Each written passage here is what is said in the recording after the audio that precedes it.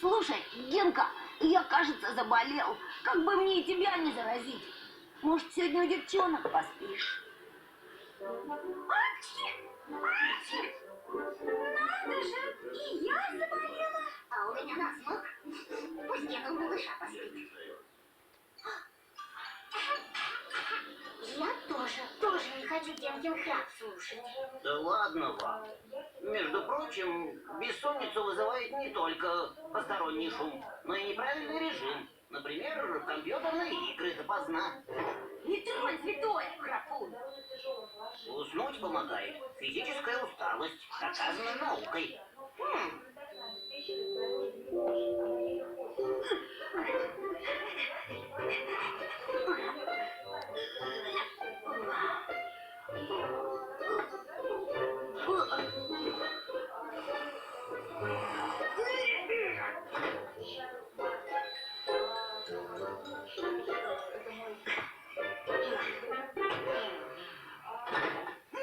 И как я очутился в коридоре?